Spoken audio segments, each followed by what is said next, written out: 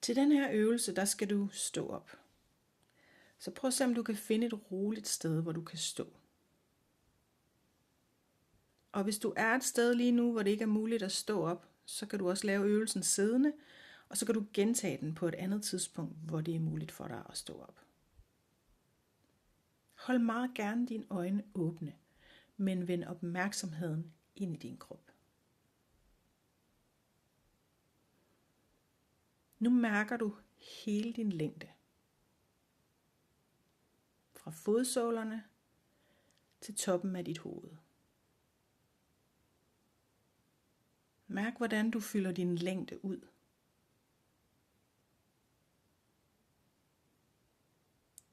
Og mærk også, om din længde den fortsætter længere opad og nedad end din fysiske krop.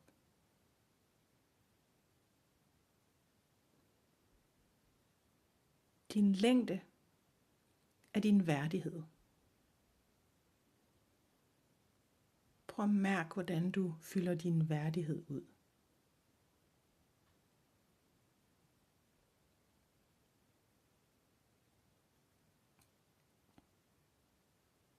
Læg mærke til, om der følger en følelse med. Og hvis der gør det, så bare registrer den, uden at tolke på den, eller uden at dømme den. Alle følelser er helt okay. Din krop kan sagtens rumme dem. Og mens du fortsat fylder din længde ud, så vender du nu din opmærksomhed mod din bredde.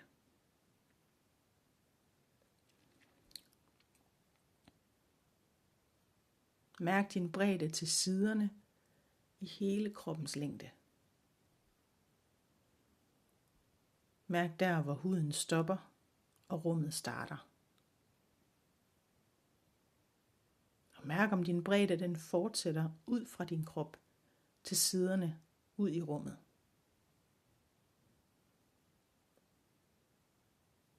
Din bredde er din balance. Din balance til verden og til andre. Prøv at mærke, hvordan du fylder din bredde ud. Mærk, om der følger en følelse med. Og igen, hvis der gør, så bare registrer den, uden at tolke den og uden at dømme den.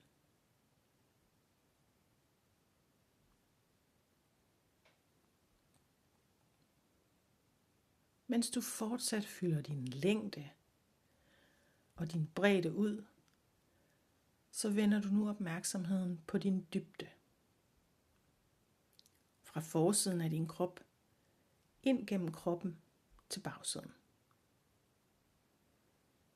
Mærk, om din dybde starter foran din fysiske krop og fortsætter bag ved din fysiske krop ud i rummet.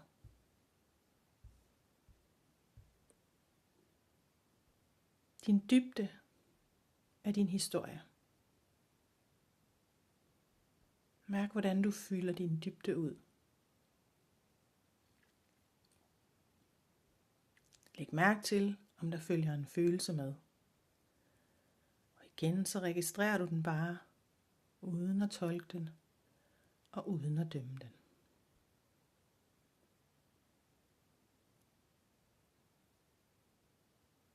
Og nu mærker du på samme tid hele din længde, din værdighed, hele din bredde, din balance og hele din dybde, din historie.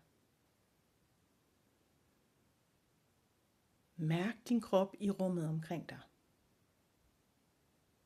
Hvis du alligevel har haft lukkede øjne, så må du gerne åbne dem nu.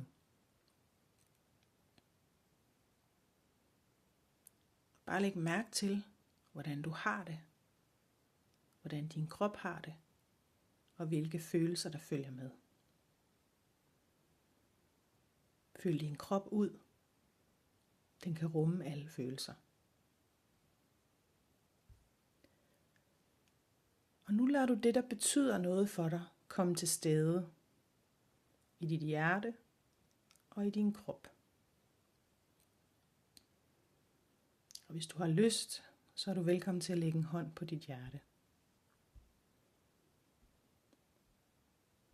Bliv i kontakt med omgivelserne med åbne øjne, samtidig med, at fornemmelsen af din krops længde og bredde og dybde er en del af dig, som du kan tage med i mødet med andre og med verden. Forestil dig nu foran dig en situation, du har oplevet, gerne for nylig, som har været svær. Og giv dig tid til at mærke, hvordan din krop og dine følelser oplevede den situation, som er lige foran dig.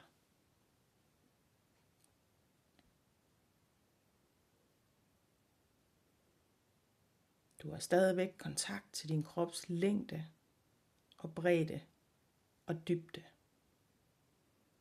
Og du har kontakt til det, som betyder noget for dig. Nu træder du med alt det, du mærker, og din længde og bredde og dybde, og det, der betyder noget for dig, et skridt frem, som om du træder ind i den situation, som var svær. Mærk, hvad der sker med din krop. Mærk, hvad der sker med din længde og bredde og dybde. Hvad sker der med det, som betyder noget for dig? Og hvis du mister kontakten til det, du mærker, så prøv, om du kan genskabe det igen. Prøv igen at fylde din krops længde og bredde og dybde ud. Lad det, som betyder noget for dig, komme til stede i den her svære situation. Når du har kontakt til det, som betyder noget for dig, så prøv at mærke, hvad der opstår. Hvilke beslutninger har du brug for at tage? Hvilke handlinger har du brug for at lave, for at bevare din længde og din bredde og din dybde, og kontakten til det, som betyder noget for dig? Stå et øjeblik, mens du mærker, og bare registrer, hvad der sker. Og når du er klar, så kan du eventuelt skrive ned i en notesbog, hvad der dukkede op hos dig.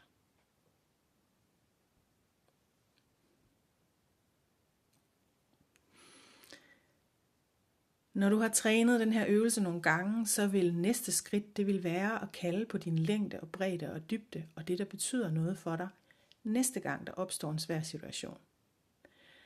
Det er at lave øvelsen i nuet, der hvor du har allermest brug for det.